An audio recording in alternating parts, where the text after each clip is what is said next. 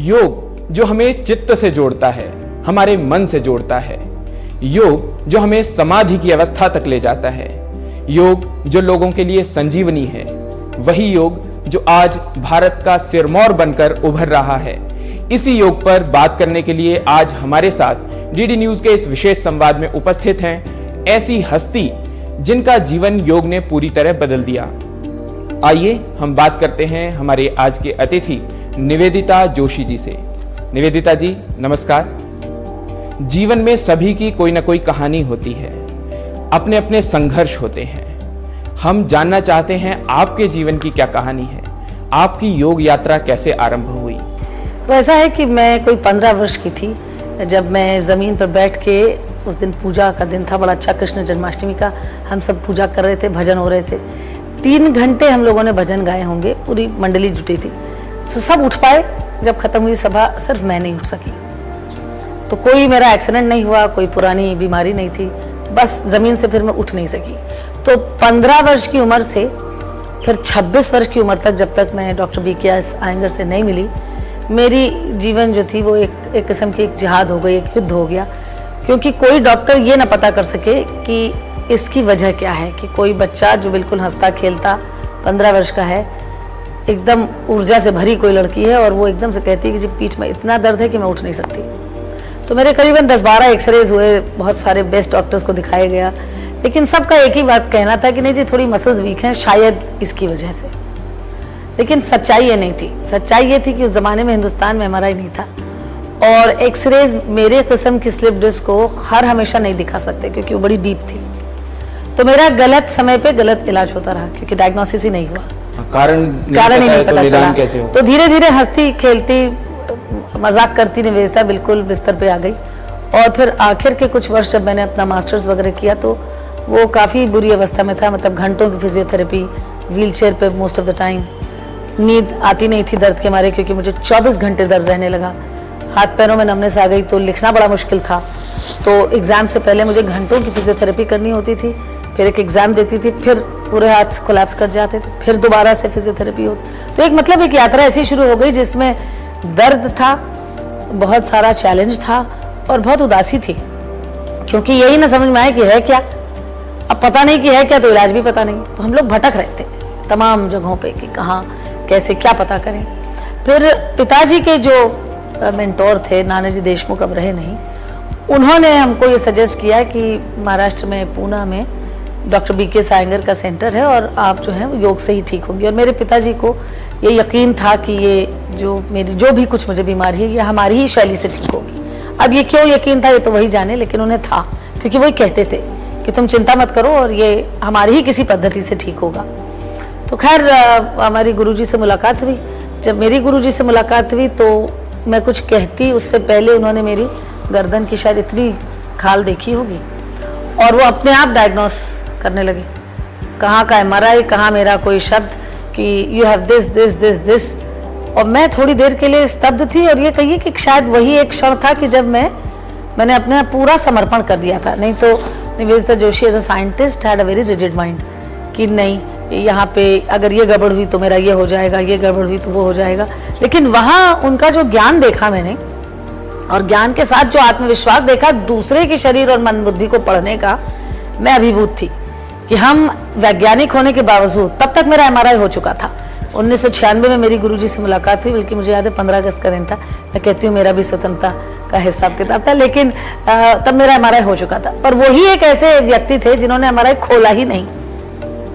तब तक ये मुझे मालूम था वैज्ञानिक के बतौर कि मुझे बहुत बुरी किस्म की स्लिप डिस्क हो गई है, लंबी सालों चली है, तो नर्व इम्पिंज्ड है, नमनेस आ गई है, 24 घंटे दर्द रहता है, लंबर भी गई है, सर्वाइकल भी गई है। लेकिन वो उनकी जो डायग्नोसिस थी उसने मुझे संपूर्ण समर्पित कर दिया। और फिर जो यात्रा शुरू हुई वो मैंने पीछे पलट के नहीं देखी। और वो 12वां दिन था जिस दिन उन्होंने मुझे एक आसन करवाया जिसमें मुझे अपने दोनों हाथों पे खड़ा होना होता था, और मेरे हाथ वो हाथ थे जो एक पन्ना नहीं उठा सकते थे, मुझे चाय कॉफी कोई और पिलाता था। तो 12वें दिन उन्होंने मेरे अंदर वो एक खोया हुआ आत्मविश्वास वापस जगाया कि देखो ये अभ्यास किया तो तुम्हारा उतना भारी शरीर इन 2 हाथों पे जो चलते नहीं है खड़ा हो सकता है। और ये बात ने मुझे जो अंदर से एक मनोबल दिया जिसे आप अंग्रेजी में मोटिवेशन कहते हैं, वो ऐसा था कि जैसे किसी ने अंदर से मुझे ना कोई स्पुतनिक लगा दिया हो। फिर तो मैंने एक संकल्प ले लिया था कि अगर ये इस विषय का सत्य है और ये मेरा गुरु है, तो अब तो मेहनत में कोई कसर छोड़नी नहीं है। उनका ज्ञान था जी, तो बस लग पड़े, कभी 10 घंटे का अभ्यास, कभी 12 घंटे का अभ्यास। तो वो जो मृत शरीर था, जिसको हर डॉक्टर कह चुका था कि सिवाय सर्जरी के इसका कोई इलाज ही नहीं है, और सर्जरी के बाद भी हम कोई गारंटी नहीं दे सकते क्योंकि इतनी ज़्यादा डिस्क स्लिप है, वो वापस तो मैंने पलट के कभी देखा नहीं। और देखिए गुरु की कृपा, या कहिए कि दोनों गुरु शिष्य की मेहनत, कि आज मैं उन्हीं तरह के लोगों का इलाज करती हूँ और उनको उनके नॉर्मल ज़िंदगी में वापस भेजती हूँ। तो मेरा तो संपूर्ण, जैसे कहते हैं, आमूल चूल परिवर्तन ही जीवन का योग के अभ्यास और योग की शिक्षा की वजह से हुआ। जैसा आपका कहना है कि आपके जीवन का आमूल चूल परिवर्तन जो है योग के अभ्यास के कारण हुआ, तो इससे जो सामान्य मान्यता है कि शारीरिक लाभ होते हैं, लेकिन क्या आध्यात्मिक और मानसिक लाभ भी होते हैं? जी, ऐसा है कि योग से आध्यात्मिक और मानसिक ही लाभ होते हैं। अच्छा। क्योंकि शरीर के अंदर मन का निवास है और योग सीधे मन पे काम करता है।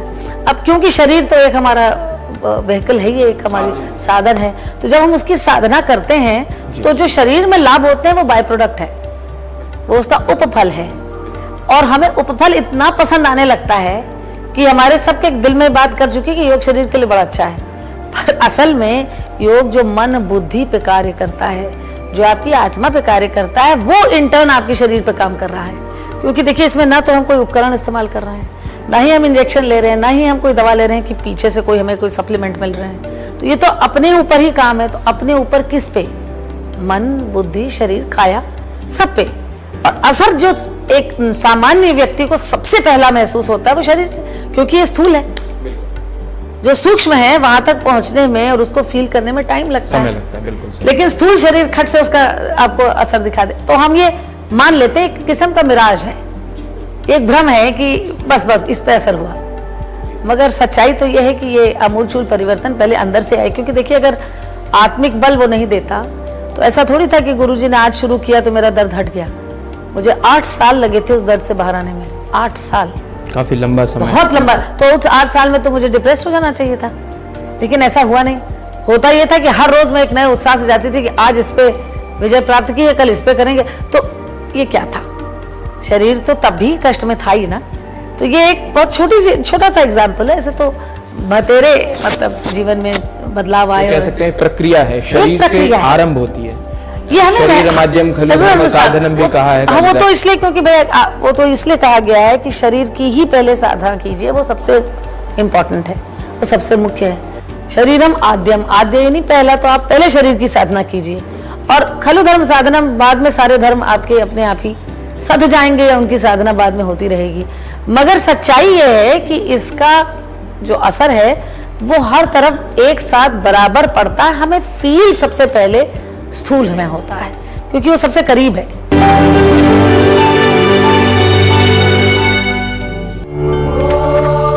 Yoga, in the ancient Indian language Sanskrit, means to conjoin. Conjoining our body with the mind and conjoining our soul with the universal spirit is yoga. In the 20th century, some of these antique but evergreen ideas were tested with the scientific tools to ascertain and demonstrate their veracity in a world that craved for empirical evidence. Indian yoga gurus demonstrated how the metabolic changes, the rate of heart or pulse, the electrical activities of heart and brain, the body temperature and the oxygen intake of the body could be so well regulated by asanas, pranayams and dhyan. This immediately led to a much greater acceptance of yoga as an alternative lifestyle. At the same time, many learned men took this quintessential Indian practice to the world and firmly established it on the international arena. Ayush मंत्रालय भारत सरकार द्वारा जनहित में जारी। वसुधैव कुटुम्बकम्।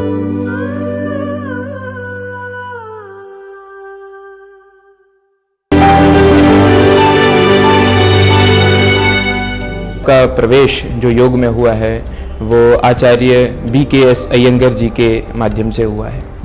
जो सामान्य योग परंपराओं में हम आसन इत्यादि करते हैं और आचार्य जी द्वारा, जो योगाचार्य जी BK अयंगर द्वारा करने वाली योग क्रियाएं हैं, यौगिक क्रियाएं हैं, उनमें क्या कुछ विशेष अंतर है?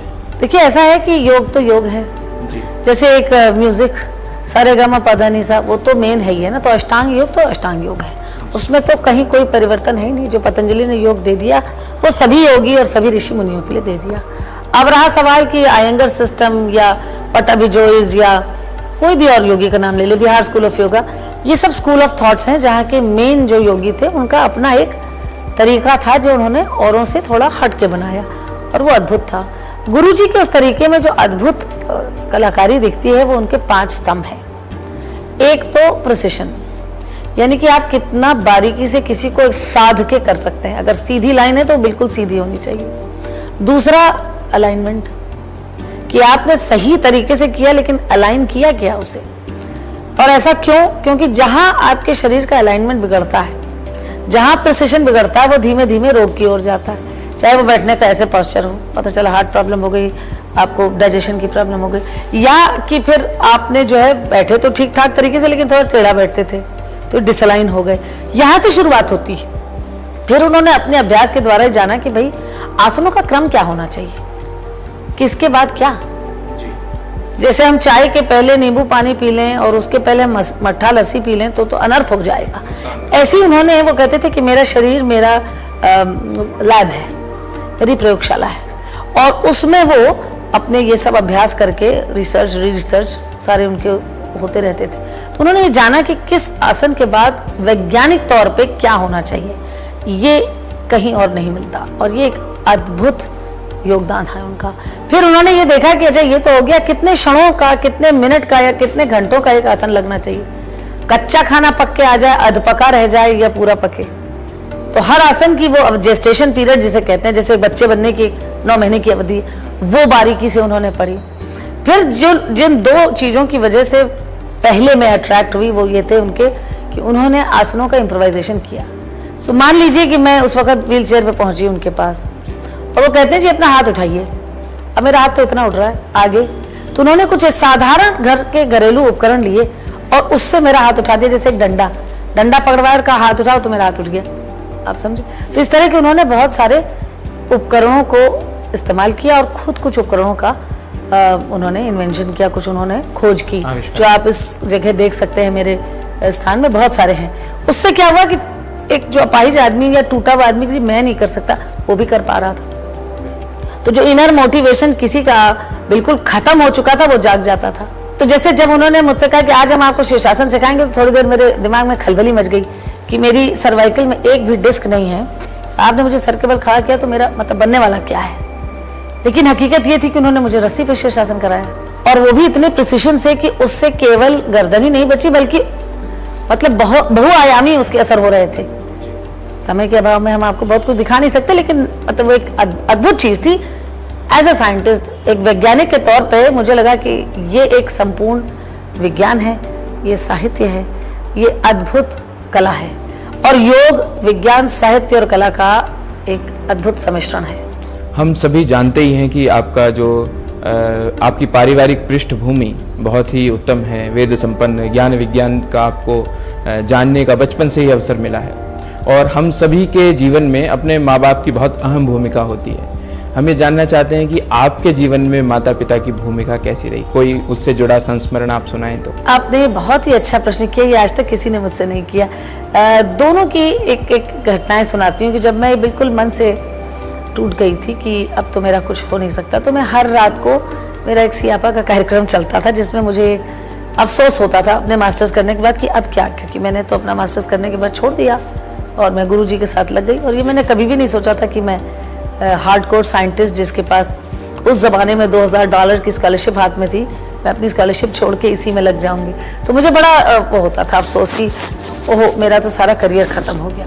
And I am a born scientist, मतलब मेरा मुझे जितना अपने समय में याद आता है, पहली जो मेरी चाहत थी वो विज्ञान थी। तो मेरी माँ को एक अद्भुत विश्वास था मेरी मेहनत और मेरी बुद्धि पे, तो हमेशा रोज़ रात को मुझे दुलारेंगी और कहेंगी कि तू क्यों परेशान होती है, तो मेरी बात लिख ले, एक दिन तेरा दर्द तेरे लिए सबसे बड़ा नाम लेके आएगा। और मैं और हुकारे मार के रोती थी कि ये कैसे संभव है कि जो चल नहीं पा रही, जिसको अपने भविष्य का कुछ पता नहीं है, दर्द में डूबी रहती है, उसका दर्द उसके लिए दवा बन के आएगा और वो फिर उसका नाम रोशन करेगा। और देखिए वो बिल्कुल बात सच निकली। तो वो जो उनका मोटिवेशन, जो उनका विश्वास था मेरी मेहनत या मेरी बुद्धि पे, वो मेरे लिए बहुत बड़ा सहारा था कि अच्छा मैं जो भी कर रही हूँ वो सही डायरेक्शन में है। ऐसे ही मेरे पिताजी का एक अद्भुत किस्सा मुझे याद है कि मैं गुरुजी के साथ अभ्यास करी थी, 1 महीना हो गया था। तो गुरुजी मेरे हिसाब से किसी आर्मी के जनरल से कहीं ज्यादा स्ट्रिक्ट गुरु थे। हाँ जी हाँ, अनुशासन बहुत ज्यादा। तो मुझे घर में भी बहुत अनुशासित तरीके से पाला, तो मुझे वो अच्छा लगता था, लेकिन वो बहुत अनुशासित थे। तो हमारी हिम्मत नहीं होती थी जब हम बहुत ही जूनियर कलाकार थे कि उनसे कुछ पूछ सकें कि मुझे ये करने के बाद बेहद दर्द हुआ, अब क्या करना चाहिए, ये पूछने का हक नहीं था। और उसकी वजह ये थी कि वो इतने प्रकांड विद्वान थे कि उन्हें पता होता था कि वो अपने विद्यार्थी के साथ क्या कर रहे हैं, उसको क्या अनुभव होगा और उसके कितने महीने या कितने दिन बाद उसमें आमूलचूल परिवर्तन आएगा। तो वो आत्मविश्वास से भरे गुरु थे वो।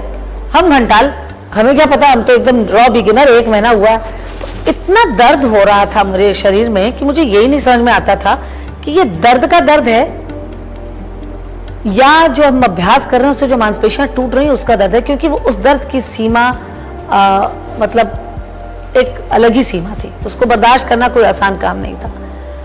तो किसी क्षण में मुझे दिन में लगता था कि ये क्या रहा है मेरे साथ। मतलब मुझे पूरा विश्वास है अपने गुरु पर, मेरे मतलब शरीर में हो क्या रहा है, दर्द और बढ़ रहा है।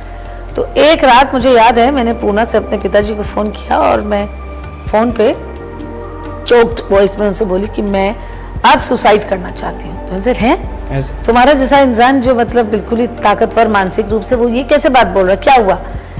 तो मैं रो पड़ी। मैंने कहा ऐसा है कि जो ये दर्द है ये मुझे समझ ही नहीं आ रहा है कि ये दर्द का दर्द है, वो बढ़ गया डिजीज का, या ये नए दर्द पैदा हो गए क्योंकि मेरी मांसपेशियों में काम हो रहा है। 20-22 साल कोई बच्चा अपनी मांसपेशियों पे काम ही नहीं कर सका है, जो ग्रोथ वाला हिस्सा। और उसके बाद 8 घंटे का अभ्यास, 10 और गुरुजी के साथ 8 घंटे का अभ्यास, मतलब समझिए नॉर्मल 16 घंटे का अभ्यास। तो मेरे पिताजी बोले कि अच्छा मैं समझ सकता हूँ तुम्हारा दर्द, मेरी ये कि तुमसे वो है बात कहने की है कि तुम 1 महीना और दोगी। यदि 1 महीना और देने के बाद भी तुम्हें ये ऐसे ही रहा तो तुम जो चाहोगी वो कर सकती हो। तुम चाहोगी तो मैं तुम्हें वापस बुला लूंगा, तुम चाहोगी अपनी सर्जरी कराना तो हम वो कराएंगे, लेकिन 1 महीना और दो, ये बहुत छोटा अंतराल है। And that 1 month was a turning point। तो अगर उनको ये विश्वास नहीं होता कि जो मार्ग मैंने चुन लिया या जो उन्होंने दिखाया है वो ही सही है और इस तरह से बच्चे को मोटिवेट कर सकते हैं, तो शायद मैं उस दिन छोड़ चुकी होती। तो इनके जो विश्वास विषय पे और मेरे ऊपर थे वो इतने अटूट थे कि मुझे जक मार के अपने ऊपर विश्वास करना पड़ता था कि नहीं, ये कठिन समय में अगर ये कह रहे हैं तो फिर कुछ तो इस बात में दम होगा। और भला हो, भगवान की मेहर है कि मैंने वो बात सुन ली, नहीं तो जब बच्चा कष्ट में होता है तो कभी कभी मना भी कर देता है, भावावेश में मना हाँ, कर देता है। तो उन्होंने मुझसे बहुत स्ट्रांग तरीके से कहा था कि नहीं, 1 महीना तुम्हें और देना ही होगा मेरे कहने से। उस 1 महीने के बाद जो तुम चाहोगी वो होगा, लेकिन 1 महीना कष्ट और सहो, क्योंकि मुझे अब मैं जज करूंगा, क्योंकि तुम बच्चा हो, तुम समझ ही नहीं पा रही हो कि क्या हो रहा है। उनको पता था कि इतना प्रकांड विद्वान मेरा गुरु है। माता पिता का आशीर्वाद और आपकी साधना आपके लिए ही नहीं बल्कि विशेष रूप से सभी योग जो प्रेमी हैं, योग अभ्यास करते हैं, उनके लिए भी बहुत सार्थक सिद्ध हुई है। हाँ, क्योंकि आपने कितने लोगों को ही ठीक कर दिया है। बहुत बहुत मतलब मेहर रही है भगवान की कि हमें ये ज्ञान रहा कि इसको कर लेना चाहिए, छोड़ा नहीं हमने। योग कर रहे हैं ना, ये भी दुनिया को इंडिया ने दिया है। वाह पापा। और बेटा योग से हमें 0 कॉस्ट पे हेल्थ इंश्योरेंस भी मिलता है। पापा फिर तो मैं रोज योग करूंगी।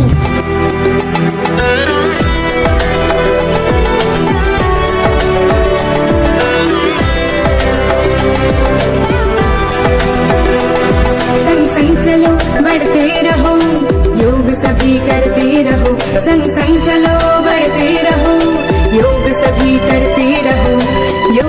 योग करने से स्मरण शक्ति बढ़ती है, सब आसानी से याद हो जाता है। योगा ही जीवन का एक आधार है। योग से बॉडी बहुत फ्लेक्सिबल होती है। बढ़ते रहो, योग सभी करते रहो। आयुष मंत्रालय भारत सरकार द्वारा जनहित में जारी। वसुधैव कुटुंबकम्।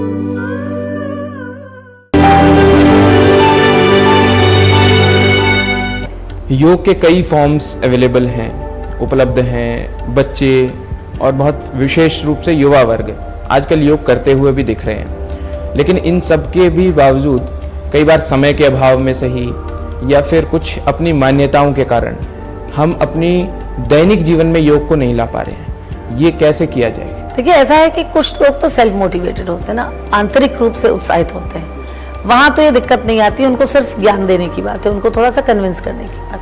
अच्छाई ये हुई है कि पहले स्वामी रामदेव ने और बाद में अपने प्रधानमंत्री श्री नरेंद्र मोदी जी ने योग का प्रचार और प्रसार इतने उत्तम तरीके से कर दिया है कि अब हर घर में ये बात सबको पता है कि योग एक बेहद खूबसूरत और अति आवश्यक विधा है। सवाल ये है कि हम कैसे करें, तो उसके लिए जरूरी है कि हम योग के पहले 2 सोपान पहले बच्चों को शुरू से अभ्यास कराएं। वो है यम नियम, code of conduct for self and code of conduct for the society, जिसमें स्वच्छ, संतोष, ईश्वर प्रणिधान भी है, अस्तेय भी है, अपरिग्रह भी है। इस तरह की जो मूलभूत हमारे भारतीय सिद्धांत थे, अगर वो हम बच्चों को शुरू से सिखा दें तो हमने योग की 2 सीढ़ियां तो जी ली, बाकी सीढ़ियां अपने आप स्वयं चल के आ जाती हैं। हमारी दिक्कत ये है कि हम समझते हैं कि योग माने आसन प्राणायाम, तो इसलिए जैसे ही किसी को आसन कहो तो यंगस्टर को लगता है यार बड़ी स्लो चीज है। पर अगर उसको शुरू से यम नियम पे हमने साधा हो कि सुबह उठो, नहाओ, पूजा करो, बड़ों को आशीर्वाद लो, सच बोलो, ग्राग मत करो, दे दो, तो वो तो इसी विधा में है ना। जैसे मुझे बहुत आसान लगा गुरुजी के साथ काम करना। लोग हर बार मुझसे पूछते थे वहां सेंटर में, बहुत कठिन है ना? मैं हमेशा कहती थी इसमें कठिन क्या है? नहीं, यहाँ तुम्हें 8 बजे आना पड़ता है। मैंने कहा तो हम तो रोज ही 5 बजे उठते हैं। तो मेरे लिए वो बड़ा अजीब था कि लोग ऐसे क्यों पूछते हैं गुरुजी के लिए, क्योंकि अपना घर बड़ा यौगिक था ना, सेल्फ डिसिप्लिन था, सुबह उठना था, पूजा करनी थी, नहाना था। तो ये नैतिक मूल्य भी सब इसी योग के अंतर्गत, इसीलिए तो योग जीवन जीने की शैली है ना। तो अगर हमने पहले 2 सोपान बच्चों को शुरू से सिखा दिए तो तीसरे चौथे में तो कोई दिक्कत नहीं, क्योंकि वो समझ के खुद ही चल पड़ेगा। अब पहले 2 तो हम सिखाते नहीं, तवज्जो नहीं देते, तो फिर उनको वो अच्छा लगता है जहाँ म्यूजिक बज रहा है, आप जिम कर रहे हैं या पिलाते कर रहे हैं या एरोबिक कर रहे हैं, फिर महत्ता आपने जैसा कहा था कि पहले स्थूल दिखता है, हाँ, इसीलिए केवल आसन समझ आता है। अब लेकिन बहुत परिवर्तन है।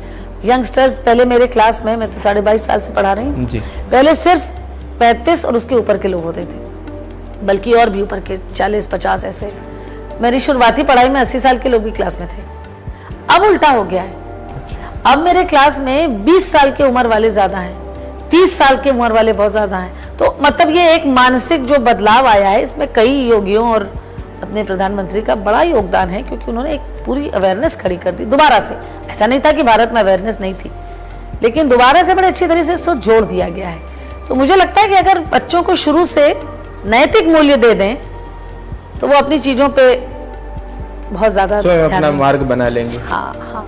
और हमारे महापुरुषों ने जो रास्ता दिखाया है उस पर तो हम सभी चलने का प्रयास करते ही हैं। ऐसे कौन से योगासन आपने सीखे जो आप मानते हैं कि भारत के प्रत्येक नागरिक को, प्रत्येक बच्चे को सीखने चाहिए? योग तो एक समंदर है ना, इसमें इतने ज्यादा हीरे जवाहरात हैं कि ऐसे निकालना तो असंभव होगा, लेकिन जो मूल सिद्धांत मेरे गुरु ने मुझे दिए योग के लिए, वो सीखना सबके लिए जरूरी है। उनका ये कहना था कि अभ्यास, प्रतिदिन आप चाहे 20 आसन पकड़ें, 10 पकड़ें या 5 पकड़ें, लेकिन प्रतिदिन अभ्यास करना आवश्यक है। तो पहला जो पतंजलि योग सूत्र उन्होंने मुझे पढ़ाया, वो अभ्यास की परिभाषा देके पढ़ाया कि सतु दीर्घ काल नैरंतर्य सत्कार सेवितो दृढ़ भूमि, यानी जो regular uninterrupted with respect practice करते हैं वो अभ्यास है, उसे कर डालो।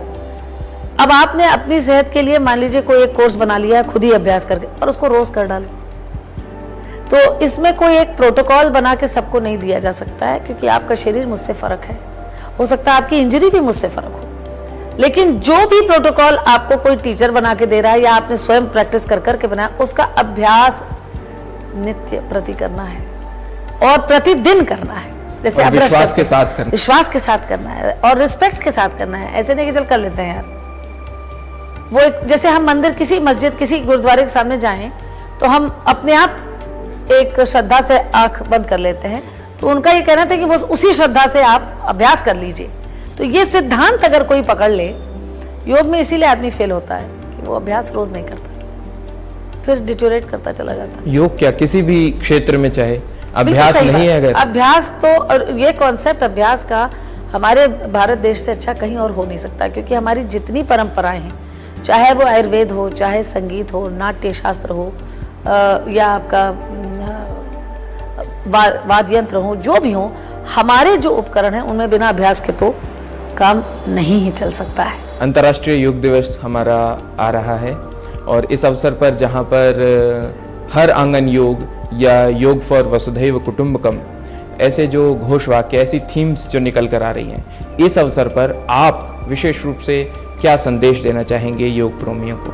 एक बड़ा अच्छा पतंजलि योग सूत्र है जो कहता है हेयम दुखम अनागतम, यानी योग का अगर अभ्यास हर घर में हर व्यक्ति कर ले तो आने वाली जितनी समस्याएं हैं वो टाली जा सकती हैं।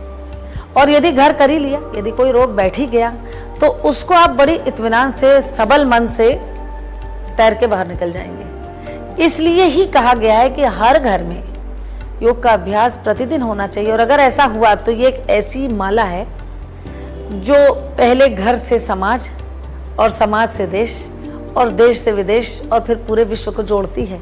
और ये हमारा पुराना सिद्धांत है कि वसुधैव कुटुंबकम, सारी पृथ्वी हमारा परिवार है। तो मुझे लगता है योग से बेहतर और कोई मंत्र नहीं है इस सूत्र को सिद्ध करने के लिए कि वसुधैव कुटुंबकम। बहुत बहुत धन्यवाद निवेदिता जी, आपने इस विशेष संवाद के लिए समय निकाला। मैं डीडी न्यूज़ की ओर से आपको बहुत बहुत धन्यवाद देता हूँ। तो ये थी हमारे साथ निवेदिता जोशी जी, जिन्हें योग ने शक्ति दी, सामर्थ्य दिया, और वही शक्ति और सामर्थ्य वे अब सभी योग प्रेमियों को देने का प्रयास कर रही हैं।